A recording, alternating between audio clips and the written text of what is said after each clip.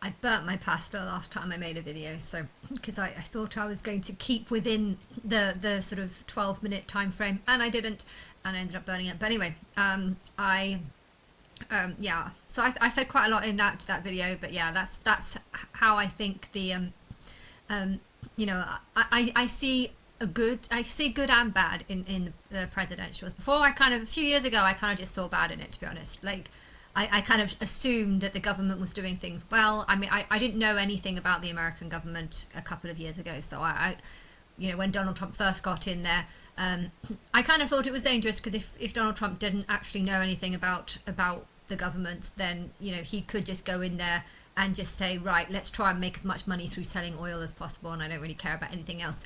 But yeah, if you know, that is quite a dangerous way of handling it. But yeah, now that Elon Musk is saying a lot of stuff, you know, I don't necessarily believe that these rumors are all true. But it's true that I'm thinking about social services, actually. You know, that woman that gave me the test, you know, that said that I don't have what it takes to look after a child. You know, I mean, to me, she just seemed very, very dead, very, very cold, very, very, you know, I'm focused on my organization, and I'm just going to try and get as many children into this organization as possible because I want to make as much money. And, you know, her reminded me of what a lot of people in the US government, the US government are, and I think a lot of people in the US government are actually living their first, second, and third lives, and I don't think they're particularly, not all of them. It's really hard to tell, but when looking at a lot of stuff, you know, I just feel like there is a certain amount of youngness and you know, them thinking that they know exactly what the world needs, them believing that, you know, they have the answers and they have the solutions. But then there's a whole bunch of other things that I really, you know, I see, and I'm questioning why are they not seeing it? You know, you're being so supportive to, you know, wanting to block this, but there might actually be some truth in what you're saying, and there, I feel like there is a big corruption problem in the government, which is that people tend to see one side.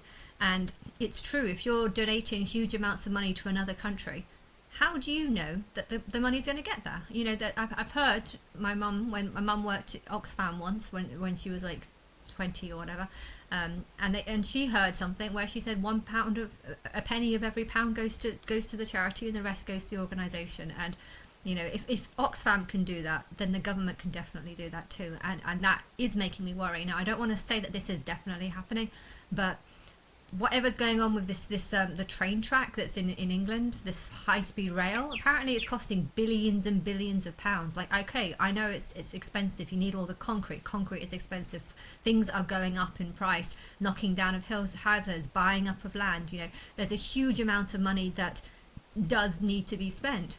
But then again, I think there's also a huge amount of possibilities for builders or the people that are involved in this to actually make money on all the sales. You know, we've managed to get this land, we've got it for this price, but I'm going to take a 10% of that price because I'm the one that was able to manage to convince that farmer to sell the price. You know, if a land is worth 500,000 and you convince a farmer to manage to get it for far cheaper, you know, you might actually be wanting to take a cut. Like, I don't know how it works. I'm not saying that that's happening, but I would say that things like this are, you know, are possible. If you're doing negotiating with other countries and you're making a huge amount of money for your country, you'd probably want to take a huge cut from this. And I don't know, I just feel like when you're dealing with so much money, when you're dealing with trillions and trillions of pounds, you know, it would be so easy for some of this money to kind of just evaporate. You know, you're giving it to this organisation, you're giving it to this organisation, you're giving it to this organisation.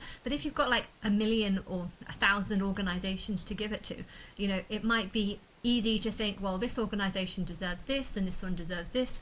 But maybe that organisation actually has huge amounts of staff and needs huge amounts of staff, whereas maybe this organisation doesn't actually need that much more staff, and they've ended up with tons more money than they actually need, and then they're just paying people to just say find something to spend it on, and then they end up spending it on stupid things. You know, I think that's very possible. If money is not properly managed, it will just flitter away by people saying, do they give bonuses? Is there bonuses? With the people that are making the high speed rail, how many of these people are working on it are receiving bonuses every time they do something? I just don't know, but I know it's costing billions of pounds to do, and I don't necessarily trust that it's been spent properly. I got a quote for my bathroom, and the first person that gave me a quote quoted me 23,000 for a bathroom only. And that's not even I don't think that was even the toilet room. I think it was just the retiling of a bathroom and a few things in it. And then I managed to get another quote, and I got it down to like fourth. I'm sure the second quote was like 6,000, and then I got a third quote, and I think he was about 1,100. Because of things like this, I know that the price can range massively. I think I paid lots of stuff. I paid for the tiles and bought all the items myself, but he himself, I think, only charged 1,500. But because my first quote was 23,000 and the third quote was 1,100, I know that the price range on these things are massive. I've got a good sort of DIY person who's happy to work for about £20 an hour. But I've also had other people that said that that they'll charge £150 just to fix a gate, which probably would have only taken about an hour to make. So they've got some people that are charging 150 an hour, and you've got some people that are happy to work for 20 an hour. And I know that if it's my own money, I'm going to try and make sure that I get the best deal, because it's my money and I don't want to spend more than I have to. If the £20 guy can do a good job, then that's the guy that I want to go for. Okay, maybe he doesn't do quite as good a job as someone that's a bit faster, but sometimes it's not necessarily like there was a door someone did. I paid someone, I don't know, 50,000. I think it was like 20 for a door, and he spent about 4 hours on each door, which I don't know. He was a new person. He was kind of getting it, and he spent a very long time. But then I found another guy who paid £25, so £5 more, and he did it within about half an hour. So, sometimes you have to look around and you have to know the best people. But if you've got so much money, you might just start taking the first quote or the second quote or the third quote, providing they're all similar prices. But maybe the guy who offered me a price one knew that I didn't have that much money, hence offered that. Whereas if I was working for the government, that guy might have not said 1,500. He might have just said, oh well, she's probably got other quotes that are about this much, so I'm just going to charge as much as everyone else, rather than actually give me an accurate figure on how much he would be willing to pay. He obviously wanted the work, hence went down quite low. It's only a 3-day work, so 1,500 for like 3 or 4 days work is quite a lot of money. Actually, it might be. Sure, it might. I can't remember the figures. I cannot remember the figures. I'm sure it worked out to be about £300 a day. So is that working? I don't know the figures. I can't remember what it was, but it was considerably less. And I don't understand how the first one could be 23,000. But if you're building something and it's costing you millions of pounds, that to me just sounds like you've just gone for the guy that just charges the most amount of money because he thinks that you'll say yes.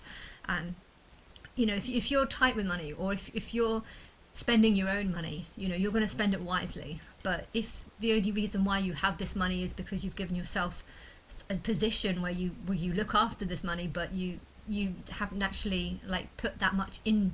If you haven't put much tax money in, or say if your salary is 150,000 and you're giving 50,000 as tax, but at the same time the job or the amount of hours that you work or the amount of effort that you put into it, it's minimal. You're not actually doing anything. You're just wasting time and arguing about things, only to just argue again and then again about the same topic, and then a year later someone else will come in and change it, and therefore your work is absolutely pointless. So you don't deserve more than 80,000, but you're getting 150,000. If that's the kind of situation you're in, the tax money that you spend isn't actually tax money you're spending. Really, it's just money that you shouldn't be earning in the first place, because you don't deserve that kind of money that you're getting and stuff. So I know that this sort of thing happens, and I think if you are earning way more money than you deserve, tax is not going to mean that much to you, because you didn't deserve it. This is just the money that is just due to pay tax. You're thinking about how much money am I making after tax,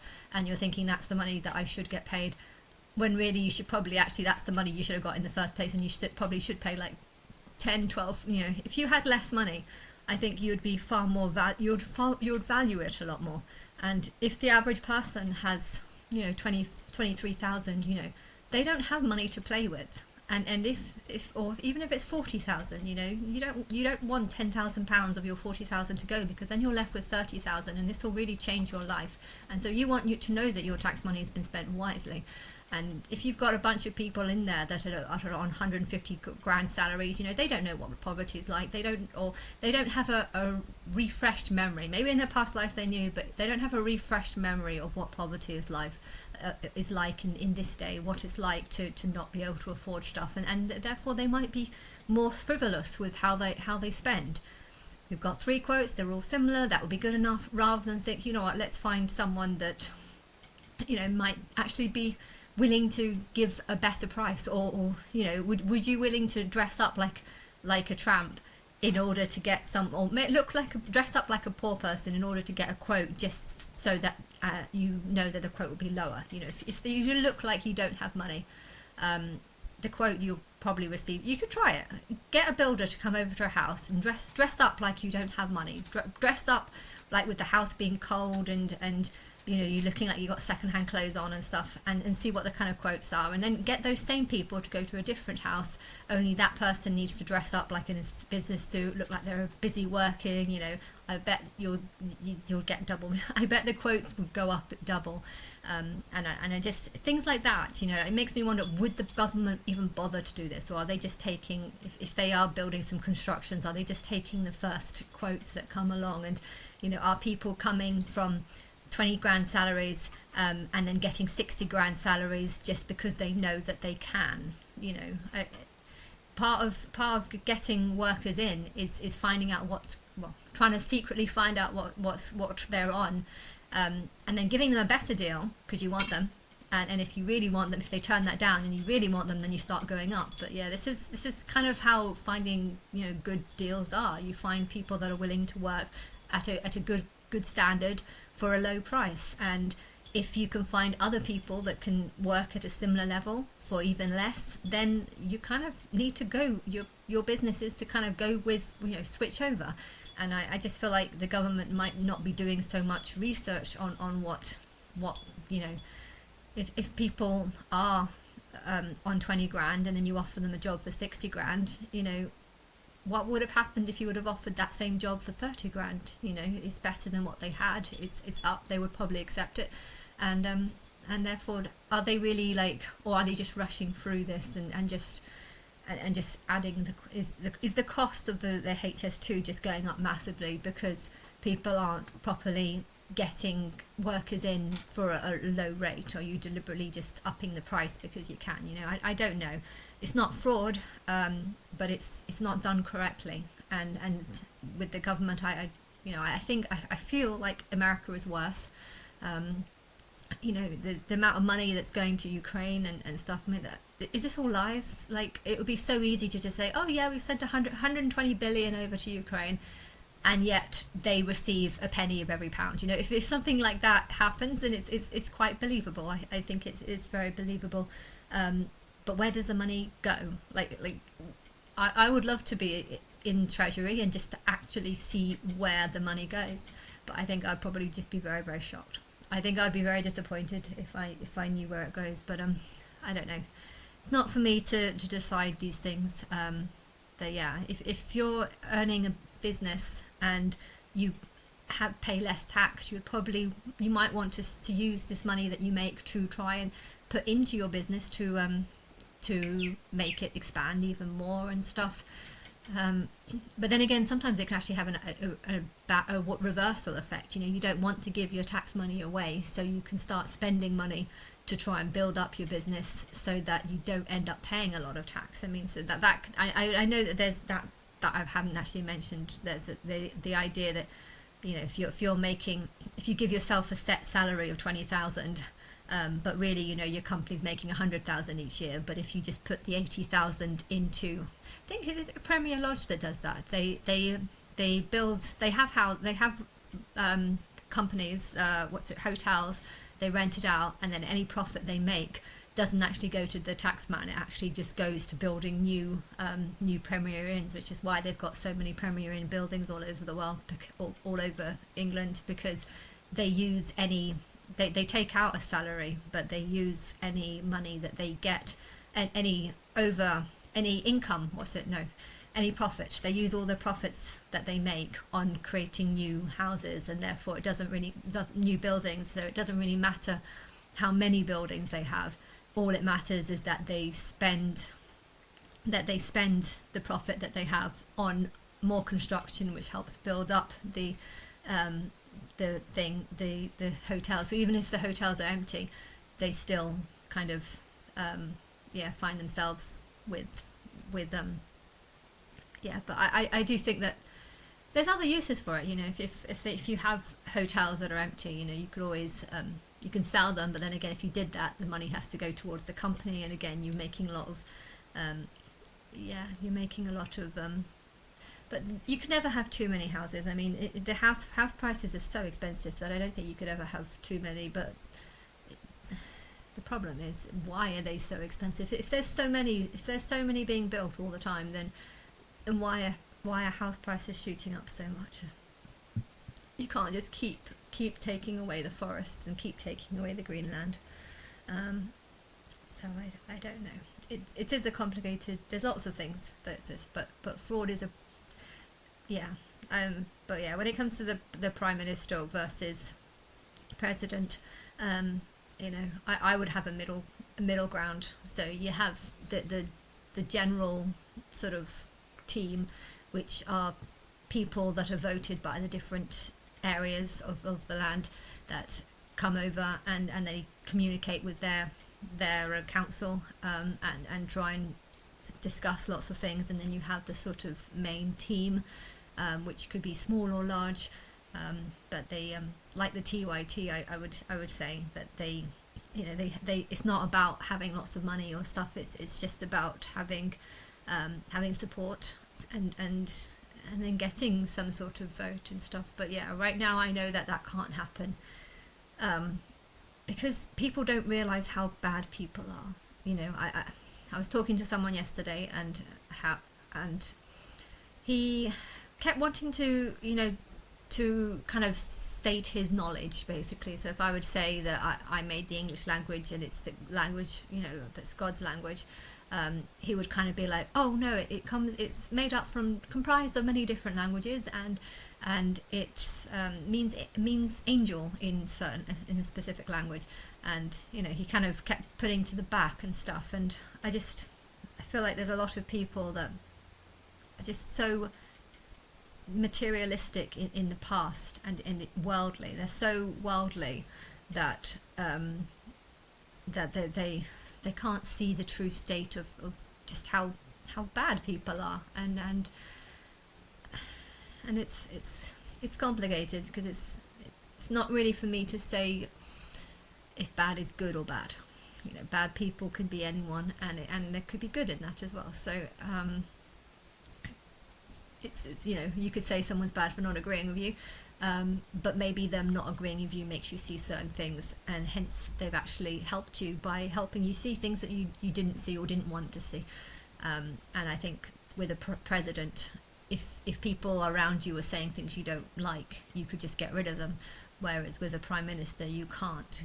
And I like that, but I don't like how the English party is just so big that a lot of people do just seem quite boring and dull, and you can't change it, because it's also like they're all the same age as well. You've got this little bubble of 50-year-olds that are all gathering together, all supporting each other. They're going to rise up 50, 60-year-olds, people who in their 50, 60-year-olds. But then again, you've just got a bubble of people that are not like me. And I don't like that. I think the government should represent people of all ages, of all races, they should represent the general, whatever, you know, if there's one area that's particularly white, or if there's one area that's particularly black, the chances of a black person being voted in that area is going to be high, the chances of a white person being voted in this area is high. Or if there's a Muslim area, you know, you might expect that the person that represents sort of Muslim area to be more Muslim, and then if you get all these different ranges and then get them to mix up and form the government, you'll get a bigger range of stuff. And I feel like the Labour government that's in there right now, they look so similar. They look like they're all the same age, all the same sort of Okay, there might be slight ethnicity groups, but it's mostly 50-year-olds, or maybe 40. I don't even know their age, but I'm almost 40, and they don't look anywhere near my age. But then again, I kind of look a lot younger than my age. But I don't know. That's one. I think I do agree with diversity. It should be about talent when it comes to certain things, but yeah, diversity in the government is important because the governments are supposed to be representing the people, so they need to actually represent the people. And if the majority of people are in their 30s and yet the majority of people who are in the government are in the 60s, well, they're not representing the people. They could actually just be representing, people are going to represent people that are more like them. And if everyone in the government is old, then you feel like then the older generations are going to get more benefits, or you might feel that would be a temptation, and so, but yes.